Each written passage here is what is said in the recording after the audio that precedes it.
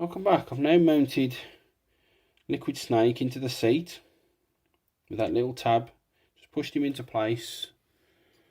And then you've got the centre console, which is J4 and J3, as I explained in the previous update. Now in the front of the first part of this cockpit, there's like a T-shaped mounting and hole with a T-shaped mounting notch on the bottom of J3. So I just push that into place. That now locks Liquid into place. Those are the, what I think might be hand actuators. And then that little piece of the console just sits just above his lap. So with that being said, the second part of step 18 is done. Right, last part of step 18. You've got an F7 side plate and an F3 side plate, which sits on the back of the lower part of the cockpit.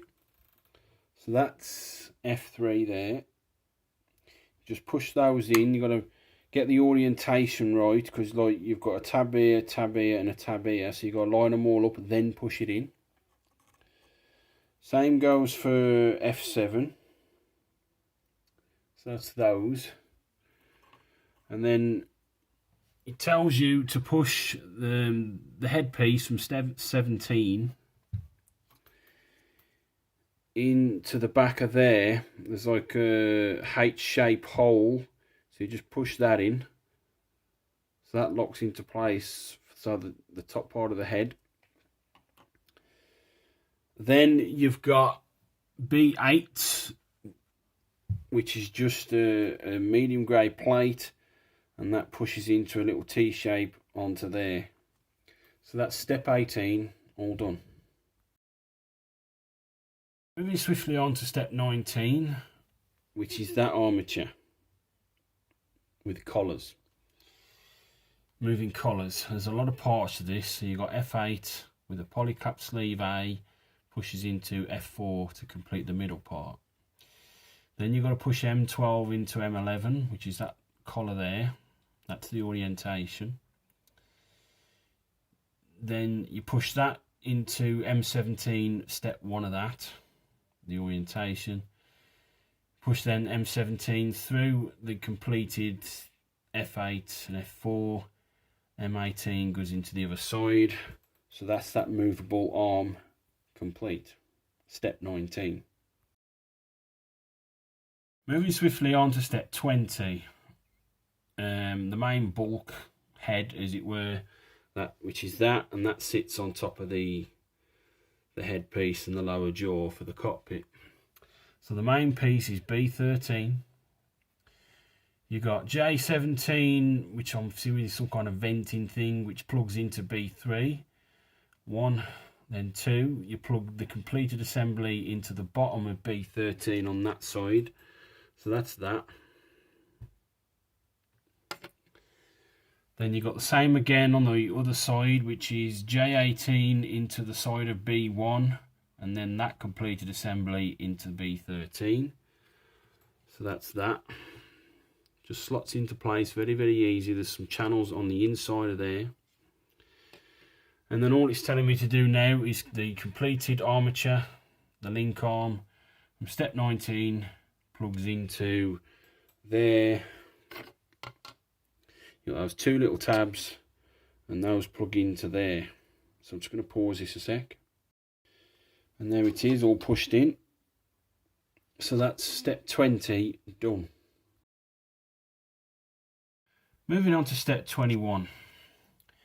You've got the main piece, which is F14, which is that in the light grey. And it's telling you to paint the headlamps on, paint them on, push them on, H6 twice into the bottom of F14. So that's those. You've got to get the slightly forward end. There's a small end and a big end. You put the big end on the inside, as you can see. Now it's telling me to put L2 twice into the headlamps. Now those are clear parts. I'm going to put those on in final construction.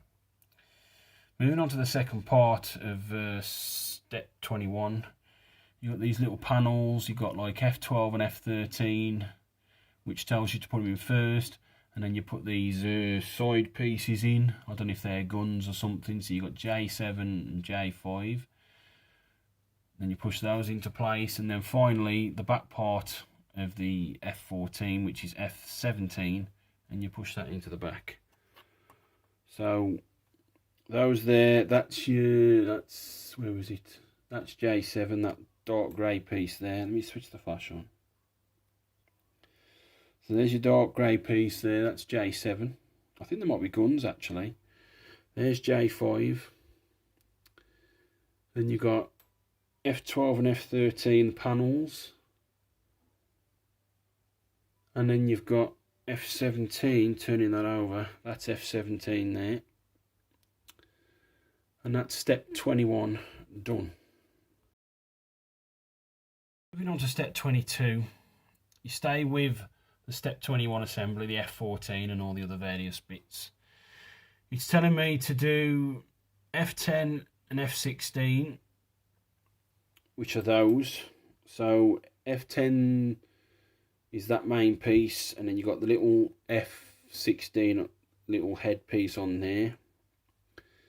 And you've got the same again for F9, which is the opposite one, and F15. So that's, what was it? That's F9. And that's the F15 for that little cap there. Now it's telling me then to put these K11 arms in, which are those, but those are loose. It's telling me to put the head piece, the T-shaped pieces, into those two channels there. So I'll do that, but these are just loose at the moment. So those hang down there and they move backwards and forwards. Well, they're not supposed to do like that piece there, but they're supposed to move backwards and forwards for the second part of step 22, which I've got to mount the head and jaw into place, and those lock into that. So that's what I'm going to do next. Right, after reading the English translated instructions on here, before it's telling me those K11 pins, it's basically telling me on this part here, push C2 and C3 in only a little bit, and then the K11 rod, you got to line the holes up. So there's me C2. I've only pushed it in very, very slightly. You can still see a gap. Here's me C3 part. Now you got that mounts into that. That hole mounts there. Actually, that hole, yeah, that hole will mount onto that peg there. That will mount onto there. That will mount onto that circular big hole there, mounts onto that peg, and that little thing there mounts onto there. But that's where the K11 is going to mount onto, that and that. So I'm just going to pause this a sec. So there's the C3 slightly pushed on. You can see the gap. Once I get those K11 pegs into the back of there, those will push together. Right, what proved to be very, very fiddly indeed with these M11 rods. I've managed to get them in. I actually found it easy to take the part off, because pushing that little tab into the side of there was actually, it was quite a nice, decent, stiff fit. So I just pushed the one in, pushed it in, pushed C3 back into place to hold that in, and then took C2 away again with that little notch there, put it into the side of that piece there, and then push C2 into place, and that is now that, and that is free moving. I think when you move this in position, I think those just move forwards and backwards in the channel like that. So now that's that fiddly work done to complete step 22. Right, a little heads up of what's about to happen in step 23. I've got the bulkhead from step 20. It's got to be mounted in to the mouth and jaw, the head and jaw section with the cockpit interior together. And then just these few sundry pieces. So that's all that. So let's see how these fit together now. Right, welcome back. I've now completed step 23. When I'd left you, I was about to mount the bulkhead into the neck and the top part of the head and the lower jaw. So the whole thing goes. Orientation steps. Step 1, with the bulkhead, you've got 4 outer pins, 2 on each side. You've got 2 inner pins. And that, remember that movable joint, I had to straighten that joint to get it through that square hole. Because at an angle, it wouldn't go through. So turning this over, there's the square hole and there's that movable joint. So with the pins, I had to manoeuvre all, 6 pins and that movable joint through the hole. I had to line them all up. Once I felt I got them lined, I very gently pushed down so the tips of the pins would mount into the holes. Once I felt they'd done that, I kept pushing down very gently, and eventually I heard that final click. So all that with the net joint, movable joint, is in place.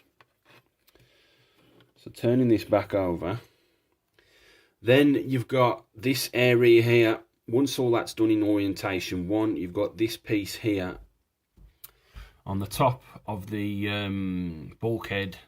That mounts into the top of the head with that T-shape hole.